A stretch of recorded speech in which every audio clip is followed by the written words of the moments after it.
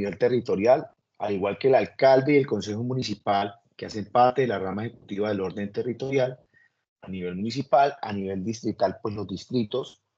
Vamos a analizar cuáles son los distritos, vamos a analizar la ley orgánica de ordenamiento territorial y pues otras entidades que son los territorios que hemos venido analizando.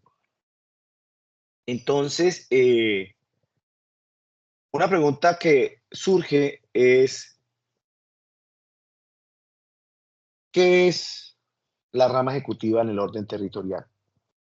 Pues es una manera de administración, ¿cierto?, que le permite a las personas que hacen parte de un territorio administrar asuntos propios de dicho territorio, a que implementen las medidas eh, requeridas para mejorar su calidad de vida, para que en virtud de un ejercicio de planificación y la prestación de servicios públicos de carácter esencial, pues logren el mejoramiento de la calidad de vida de sus habitantes.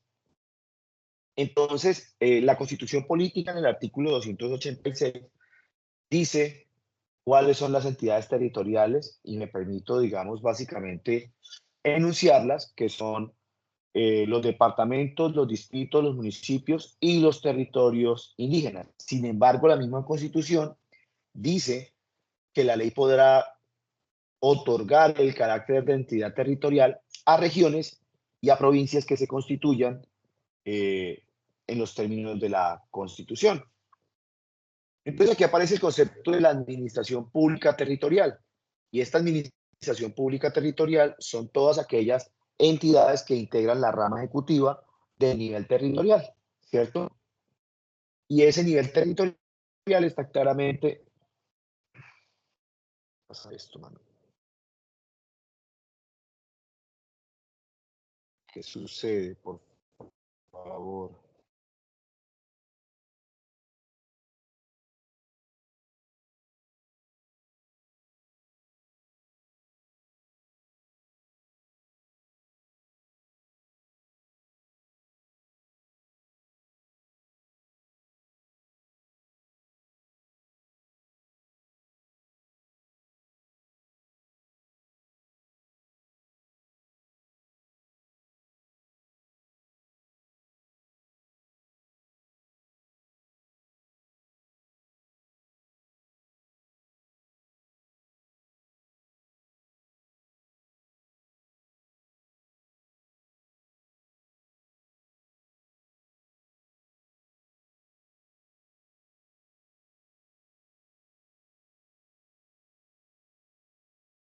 ¿Estamos todos? Hola. Sí, señor. Ok, gracias. Entonces, las entidades territoriales, pues, son personas jurídicas de derecho público que dentro del territorio nacional gozan de una autonomía para dicho territorio en la gestión de sus propios intereses, ¿sí? Obviamente el territorio tiene varios niveles de división, como ya lo habíamos analizado previamente, que son los departamentos, que son los municipios, que son los territorios indígenas. Y para ese ejercicio de división territorial, pues tenemos la Ley de Ordenamiento Territorial, la LOOT, que es una ley orgánica, que es la 1454 del 2011. Entonces, ¿por qué es importante esta ley y por qué es importante que tengamos presentes estos preceptos normativos? Pues porque aquí se dictan las normas para la organización político-administrativa del territorio colombiano, es decir, fortalece la organización del Estado existente, promueve la descentralización, las competencias, los recursos y la autonomía. Yo les sugiero que frente a esta ley si hagamos un breve ejercicio de lectura, como pegando una repasada, porque sí es importante los que van a aplicar para entidades territoriales y del orden nacional tener claro el tema de las competencias, ¿cierto? Porque aquí en esta ley también se definen las competencias en materia de ordenamiento territorial y es importante que lo tengamos claro. En el ejercicio de esta autonomía territorial aparecen unas competencias y esas competencias son de coordinación, de concurrencia y de subsidiariedad. Coordinación, concurrencia y subsidiariedad. ¿Por qué esto es tan importante, señores? Recuerden que estuvimos hablando de los procesos de delegación, desconcentración, descentralización, y hablábamos que a pesar de que existían esas técnicas de administración, pues era necesario que existiera un principio de articulación entre los entes territoriales o entre el ejercicio de administración descentralizado o entre el ejercicio de la delegación. Ese principio es el de la coordinación, la concurrencia y la subsidiariedad. ¿Qué es la coordinación? Pues que debe existir, en virtud del principio de articulación armónica entre entidades públicas, pues una coherencia entre las actividades que realiza cada una de las entidades territoriales. La concurrencia se presenta cuando dos entidades territoriales de distintos niveles deben desarrollar actividades para un propósito común. Aquí se aplicaría el principio de concurrencia. Y el de subsidiariedad es cuando las autoridades de un nivel superior apoyan transitoriamente a unas entidades de nivel inferior. Entonces, yo pregunto hasta aquí, ¿de qué vivirán las entidades territoriales? ¿De dónde podemos nosotros saber cómo vive un municipio, cómo vive un departamento, cómo vive un territorio indígena? Pues bien, los recursos de las entidades territoriales son las rentas propias, los recursos del Sistema General de Participaciones, recursos de crédito y recursos de regalías, ¿cierto? Eh, Alguien pregunta que si podría dar, si puedo dar el número de la ley, la que estamos hablando, la 1454 de 2011. Ley 1454.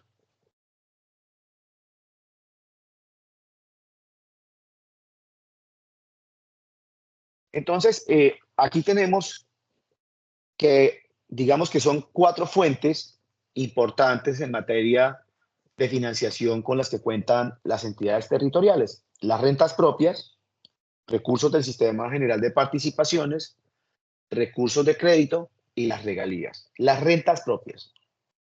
Las rentas propias son el esfuerzo de recaudo que tienen las entidades territoriales. Y digamos que esas rentas propias están divididas en dos puntos muy importantes: ingresos tributarios e ingresos no tributarios, ¿cierto? Entonces aquí ustedes van a tener los impuestos sobre los licores, sobre los cigarrillos, sobre el tabaco, el predial, industria y comercio en los municipios. Y los no tributarios, esos serían los tributarios, y los no tributarios pues son los que se reciben, como por ejemplo las tasas, las multas, las contribuciones, los peajes de las infraestructuras que han sido construidas por los entes territoriales. Por ejemplo, cuando un departamento construye una infraestructura y coloca un peaje, ahí digamos que sería un ingreso no tributario. Entonces, por ejemplo, para despertarnos un poco, una multa de tránsito correspondería a un ingreso tributario o no tributario. No tributario. Bien, perfecto, perfecto. En un municipio, cuando se cobra industria y comercio, sería un ingreso que Tributario. y hace parte de las rentas propias, ¿cierto? Estas rentas propias son tan importantes que inclusive le permiten al municipio o al departamento escalar dentro de la categorización que existe. Recordemos que hay varias categorías de departamentos y varias categorías de municipio. Cuando se logra la meta de recaudo para rentas propias, se establece también, digamos, unos puntos para poder establecer digamos, la categoría que pueda pertenecer este municipio o este departamento. Luego están los recursos del Sistema General de Participaciones, que es lo que la nación le transfiere a las entidades territoriales, ¿cierto? Y a los resguardos indígenas para financiar principalmente proyectos en materia de educación, salud, agua potable y saneamiento básico. Ahí más adelante vamos a ver que hay unas distribuciones en porcentajes que deben respetar cada uno de los mandatarios respecto de los recursos del Sistema General de Participaciones. Yo recuerdo que hubo mucho ruido en los periodos anteriores por unos créditos que se realizaron por parte de la administración de Neiva, que muy probablemente en esta administración también veamos la necesidad de acudir a los recursos de crédito como un elemento de financiamiento de la entidad territorial.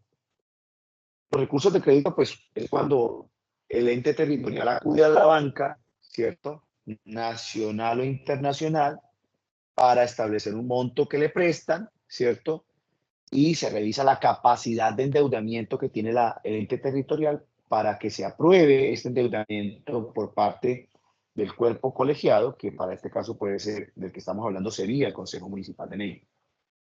Entonces yo pregunto, y ustedes me van respondiendo. Pregunto, ¿quiénes creen?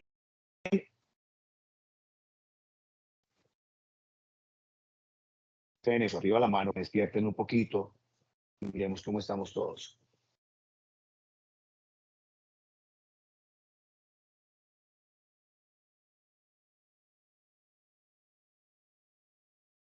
¿Nadie?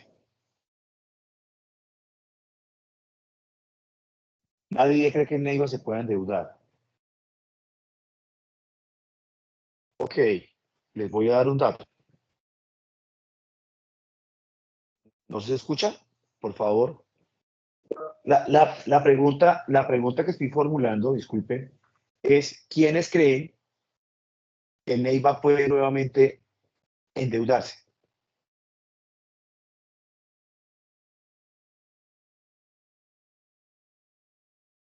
Pues yo creo ¿Todos? que todas ¿Nadie? las... Aló.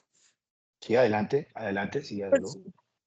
Pues yo creo que todas las ciudades, en mi conocimiento, pues no sé, no tengo mucha claridad en esa rama, pero para mí pues todos se pueden endeudar, porque pues igual, digamos que, pues aunque cada uno tiene un cupo de endeudamiento, pero como están pagando una parte, pues se permite que se les dé otros créditos. Ok, muy bien, muy bien, muy bien. Y yo pregunto, ¿será que el Tendría crédito que es bueno fijarse o en es el malo? indicador financiero. Ok, Carlos, muy bien, llegamos a un punto importante. ¿El crédito es bueno o es malo dependiendo de los indicadores financieros que tenga el ente territorial? Es decir, que estamos condicionados a tener alguna claridad de cuál es la verdadera capacidad de pago y de endeudamiento que tiene el ente territorial. Eso es como en una casa. Si usted tiene buenos ingresos, pues asume determinadas obligaciones y si no, pues no puede porque va a quedar mal, ¿cierto? Entonces, finalmente tenemos las regalías, que son otro tipo de recursos, que son una contraprestación económica que se le otorga al territorio por la explotación de un recurso natural no renovable. Esos son los recursos, digamos, en síntesis, de las regalías, ¿sí? Devolviéndome un poco al sistema general de participaciones, el sistema general de participaciones,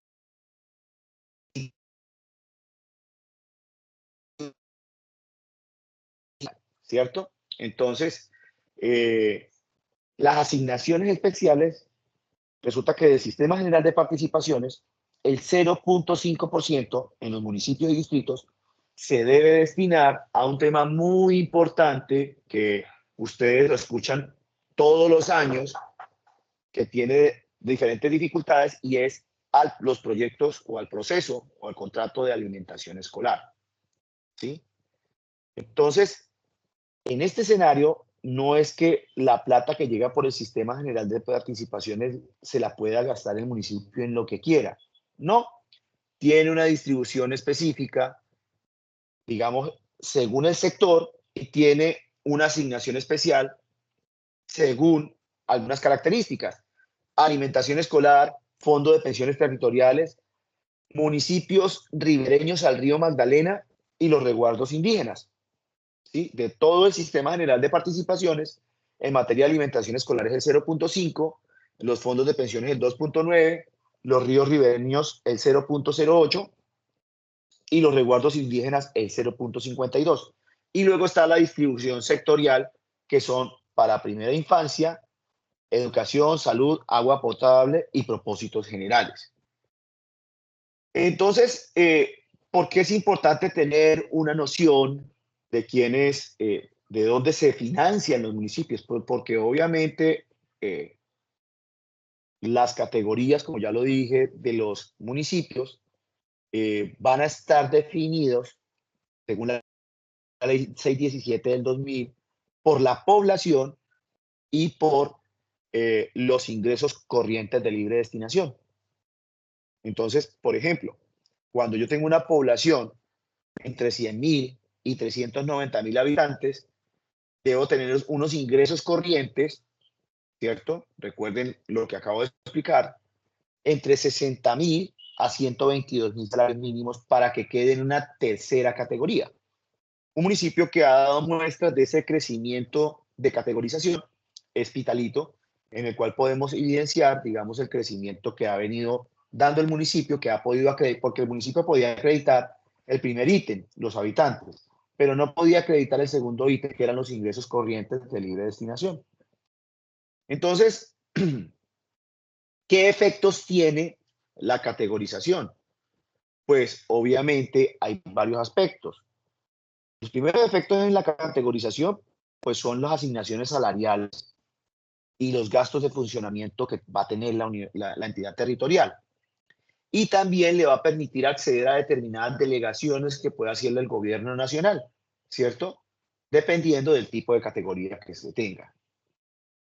Bien, nosotros habíamos simplemente revisado que las asambleas pues son un cuerpo colegiado que es de elección popular, que no puede ser menos, no puede estar integrada por menos de 11 ni por más de 31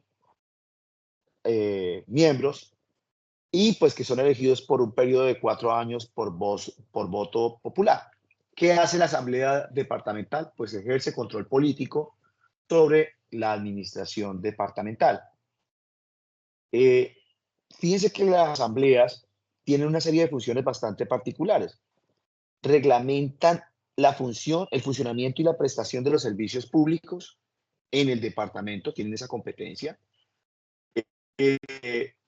Adoptan los planes de desarrollo, decretan tributos, expiden normas de presupuesto, y hay unas funciones bastante particulares que son, digamos, de rango constitucional. Por ejemplo, la Asamblea puede crear, suprimir, segregar municipios. Un tema muy importante para tener en cuenta. Por ejemplo, en el Huila hay un municipio que ha venido, o mejor, un centro poblado que ha venido solicitando convertirse en municipio. Se llama Bruselas. ¿Sí han escuchado, digamos, esa situación? ¿Sí? ¿Alguien conoce Bruselas? No, señor. Bruselas pertenece al municipio de Pitalito y es un centro poblado bastante grande y con una gran dinámica económica. Y ellos han venido requiriendo que se creen, o sea, las facultades de poderse volver municipio. Así como estamos, sería la asamblea quien pudiera crear ese municipio, pero obviamente pues eso tiene unos impactos fiscales y políticos importantes, ¿sí? Entonces, la asamblea, cuando ejerce también su control político sobre la administración departamental, también la ejerce sobre el contralor departamental. Le puede pedir un informe de funciones al contralor departamental, a los secretarios de despacho, a los jefes de departamento administrativo, a los directores de institutos descentralizados. También puede proponer la asamblea moción de censura respecto de secretarios de despacho por funciones propias del cargo o por no atender los requerimientos y citaciones de la asamblea, ¿sí? El gobernador, digamos que es un servidor público de elección popular, elegido por los ciudadanos que habitan en la jurisdicción departamental y que es el jefe de la administración pública seccional, ¿cierto? Es el representante legal del departamento. Y óigame bien, es el agente del presidente de la República para el mantenimiento del orden público. Esto sí que es importante, ¿sí? Es decir, el gobernador es el agente, escúchenme bien, del presidente de la República